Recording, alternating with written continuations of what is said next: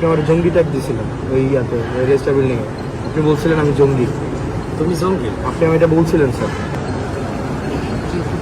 Realisation হয়েছে কিনা আপনার যে আপনাদের ভাই মোবাইলগুলো বন্ধ করে এটা তো রিয়েলাইজেশন হয়েছে কিনা আপনার অপরাধ করছেন?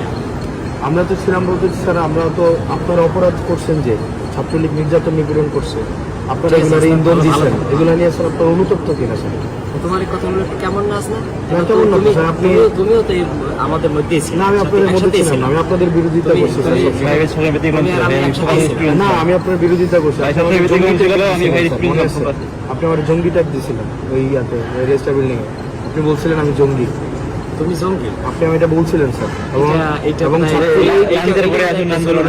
না স্যার, বিশ্ববিদ্যালয় স্যার আপনাকে সাক্ষী রেখে ছাত্রলীগ নির্যাতন নিপীড়ন করছে, তখন আপনারা কিছুই বলেন না।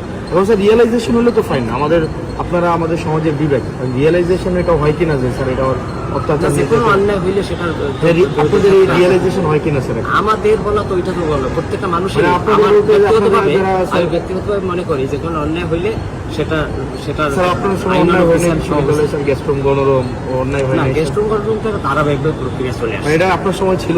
না, আমার সময় ছিল, কিন্তু আমার কিন্তু উদ্যোগগুলো আমারই নেওয়া ছিল। তো জানেন স্যার নিরসনের না হাসনাত, এটাও তুমি স্বীকার করবে হিসাবে আপনাদের লেখা পড়ার তারপর হচ্ছে কাজের মধ্যে এই জিনিসগুলো আসা উচিত, রিফ্লেকশন হওয়া এটাও উচিত। তুমি স্বীকার করবা যে পদক্ষেপগুলো সেগুলো কিন্তু আমিই নিয়েছিলাম।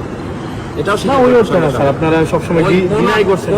কোন অর্থে সেটা ভিন্ন, কিন্তু শুরুটা কিন্তু আমিই করেছিলাম। নির্যাতন নিপীড়ন তোমরা সহযোগিতা করছিলাম। না, ডিনাই করাটা অন্য জিনিস, ডিনাই করা তো অপরাধ। যেমন প্রক্টর স্যার ছিলেন, উনি বারবার ডিনাই করছেন।